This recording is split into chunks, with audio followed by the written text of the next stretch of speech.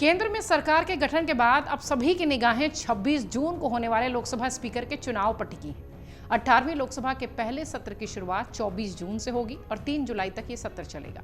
कुछ दिन पहले तक चर्चा थी कि लोकसभा स्पीकर के पद पर एनडीए में बीजेपी के सहयोगी पार्टियां टीडीपी या जेडीयू दावा कर सकती हैं, लेकिन अब मीडिया रिपोर्ट्स ये दावा कर रही हैं कि अगला लोकसभा स्पीकर भी बीजेपी का ही होगा।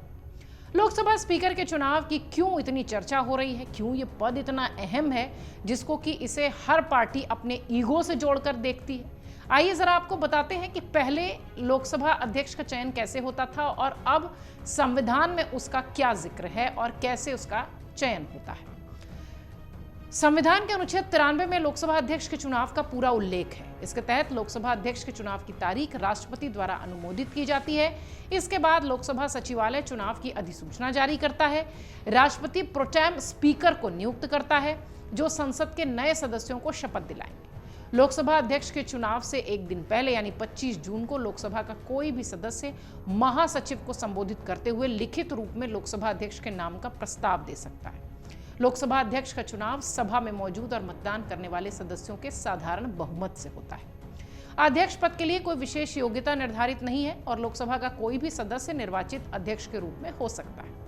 लोकसभा अध्यक्ष उम्मीदवार के संबंध में एक बार फैसला होने के बाद प्रधानमंत्री और संसदीय कार्य मंत्री द्वारा उनके नाम का प्रस्ताव किया जाता है।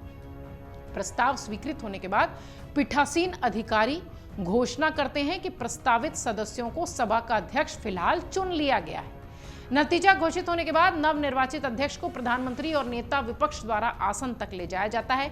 एक ये फॉर्मेलिटी है जिसे कि पूरा किया जाता है सदन के भीतर, कक्ष के भीतर। इसके बाद सभी सदस्य अध्यक्ष को बधाई देते हैं और इसके जवाब में अध्यक्ष भी धन्यवाद भाषण देते हैं।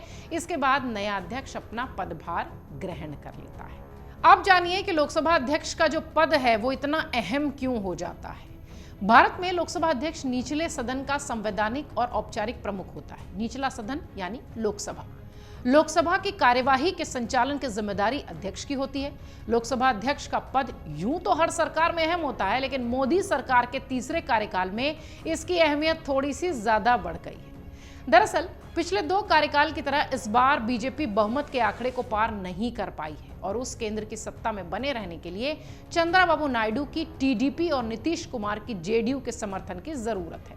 यही वजह है कि जोड़ तोड़ की राजनीति अगर होती है तो उसका असर लोकसभा अध्यक्ष के पद पर पड़ता है और यह पद अपने आप में बहुत अहम हो जाता है। सभी राजनीतिक पार्टियां इस तथ्य से वाकिफ भी हैं, शायद तभी लोकसभा अध्यक्ष के चुनाव की इतनी चर्चा हो रही है।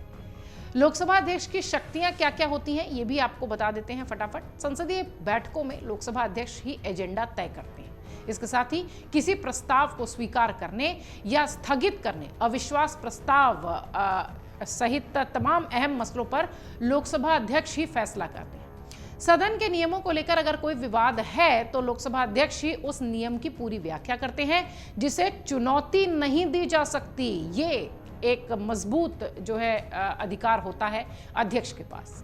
लोकसभा अध्यक्ष का पद निष्पक्ष माना जाता है और ऐसे भी कई सारे उदाहरण हैं जब किसी नेता ने लोकसभा अध्यक्ष चुने जाने के बाद अपनी पार्टी से इस्तीफा तक दिया था।